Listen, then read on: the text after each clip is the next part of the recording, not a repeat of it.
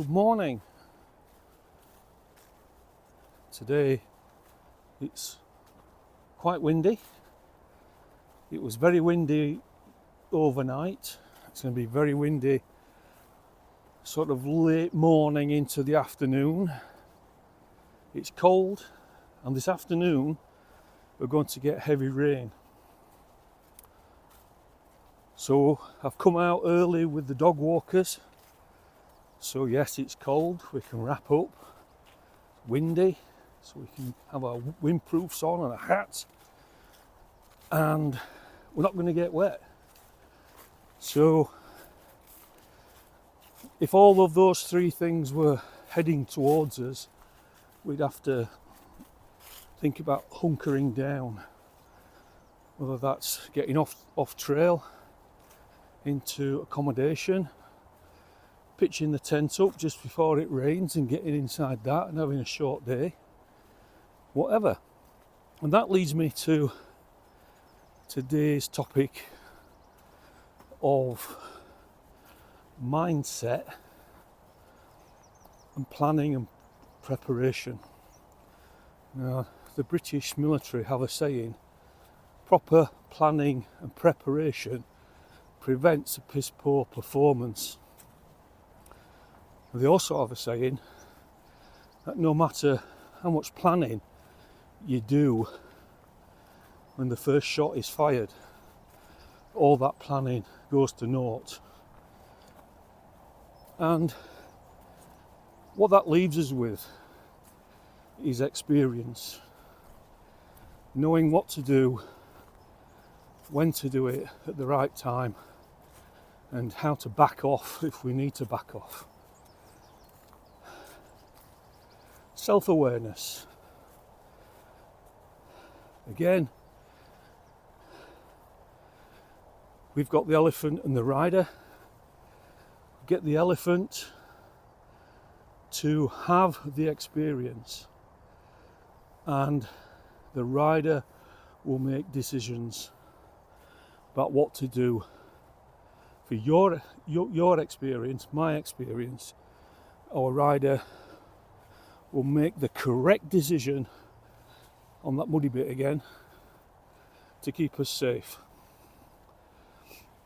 Generally speaking, if you're going to be backpacking or long distance hiking, whether it's one of the easier trails in Europe, West Highland Way, Dales Way, Cleveland Way, or whether you're going a little bit more experienced, coast to coast, Pennine Way, Cape Wrath Trail,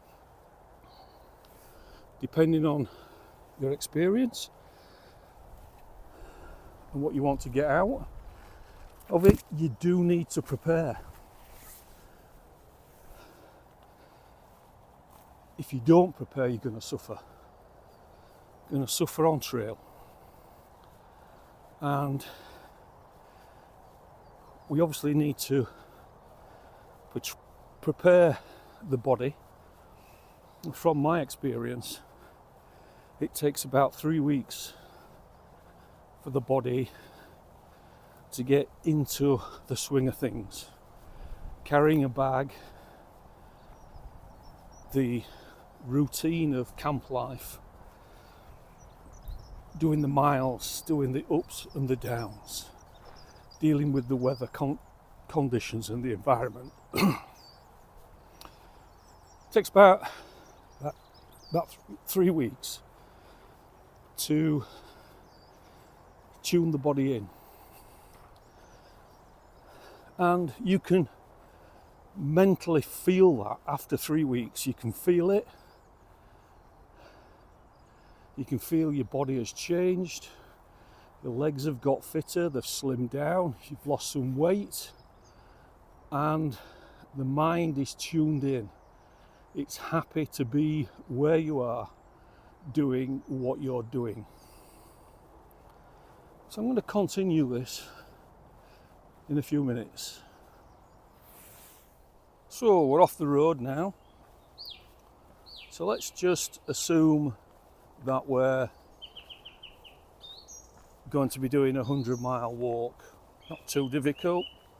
South Downs Way, Cleveland Way, the Dales Way, West Highland Way. We want to do a bit of planning. So we need to know the route. We need to make sure that we've got any apps that are available, the maps, guidebooks. Guidebooks are invaluable, certainly if they're a good quality one that show you details of where the sort of difficult little crossings are, like sort of bits that you may get lost quite easily. Spend some time looking at all of that, and if you're going in a group, don't let somebody else do it. Buy your own stuff and do your own planning. Look at where all the potential campsites are, overnight accommodations are, where shops are, pubs, post offices, anything that's going to help your trip out. And make a note of them, get a list set up that you can take with you. You're not relying on battery power and guesswork, and that will make things a lot easier, take the stress out of it. You also, if it's your first time or it's been a while since you've done it, you need to be looking at equipment and food and water, drink and all that sort of thing, which I will come to in later episodes. I'll break it down, do 10 minutes on particular sort of items and why we're choosing those items, rather than saying this is what you need. Going through the process of why we choose these items. Okay, so that's planning, preparation. We need to get the mind right. You need to get your mind right, Luke. Okay, as they said in Cool Hand Luke, got to get your mind right. And that is what we're talking about in these early videos, is getting your mind right. Getting you to a point where you know how your conscious brain and your unconscious brain work together to get the best out of you and the situation that you're going to find yourself in. That comes down to experience as well. The more experience you've got, the better prepared you're going to be. So what I'm saying is, before you go out on these hikes, you need to do longish day hikes. You need to do weekends away. Before I did the John O'Groats to Land's End walk, I went out every weekend on a Friday, caught the train out to the Yorkshire Dales, and because I had a Monday off, I chose a Monday off, I had sort of a 3-day weekend. So if I could get a 3-day weekend, went on a Friday night, had Saturday, Sunday, Monday, come back Monday evening and try and get 15 miles a day in over fairly high fells in the Yorkshire Dales with a full pack, camping gear, and getting my body attuned to what was coming. And you learn a lot doing that. You get your body right, and if you can get half a dozen weekends away before you go, that's going to get you sort of your 3 weeks, or up to your 3 weeks of training, and maybe another week on the first week out on trail, where you're going to be comfortable with what you're doing.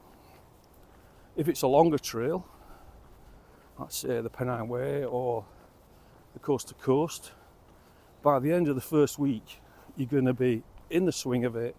You're going to be able to do the odd big day, and you're going to be able to work out the best positions to be. Well, I watch quite a lot of long distance hiking, cycling and sailing videos, and I see that even experienced people are making mistakes of where they're camping overnight, and how many miles they're doing each day, and they're struggling. You know, they're getting injuries, they're getting plantar fasciitis or shin splints, and these things don't take overnight to repair. They take weeks to repair, if not months, and you need specialist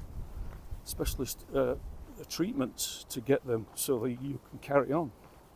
And it's understanding how not to get plantar, how not to get shin splints before you go. So it's studying what the issues are with a lot of hikers who do far too much.